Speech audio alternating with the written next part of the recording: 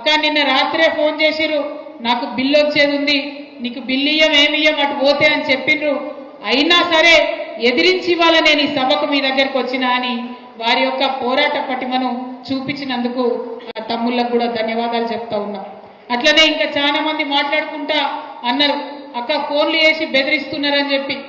అన్న జుబేర్ అన్న ధైర్యంగా ఉండు, ఎవరెవరు బెదిరిస్తున్నారో వాళ్ళ పేర్లు బరాబర్ పింక్ బుక్ లో రాస్తాం, ఇడిచిపెట్టేదైతే ఉండదు, అందులో ఏమీ ఆలోచించద్దు.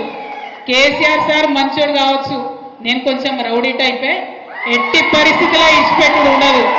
ఇక్కడికి బాన్స్వాడలో మిమ్మల్ని సతాయించి మిమ్మల్ని పోలీస్ స్టేషన్కి ఈడ్చినటువంటి ఏ ఒక్కరిని కూడా నేను మాత్రం క్షమించే అవకాశమే ఉండదు.